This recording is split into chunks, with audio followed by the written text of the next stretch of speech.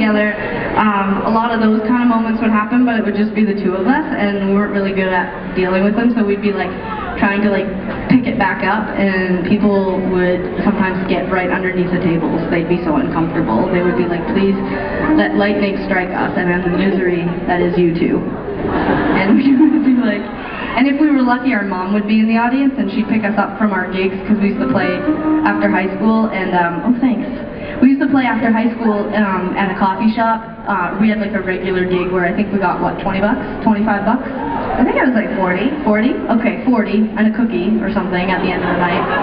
And we would have to play hours, like 4 hours, and my mom would pick us up in the minivan. Sometimes she would come to the shows, and afterwards she would always tell us that she didn't think we should be musicians, and that, well, that she thought that we were embarrassing. And not because we were bad musicians, but because we would we would argue in front of people, but right on the microphones. Like, we would be like, yeah, well, this one time when you came home from school and you did this thing, everyone in the audience would just be like paralyzed, and they would be like, but for whatever reason, the guy that managed the coffee shop where we used to have our regular weekly gig, he was into it. He liked it, and he thought that we were entertaining, and he didn't think that we deterred people from buying coffee, and so he let us keep coming back, and we would argue, and we were just awful. God, we were so awful.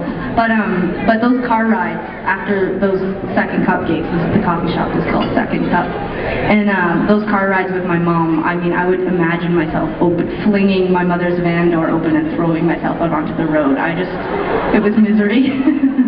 Anyways, it's been so many years since then, and I just like was thinking during that song that we're so lucky that we've come so far, and we're not playing in a Second Cup anymore, and we're playing to you guys.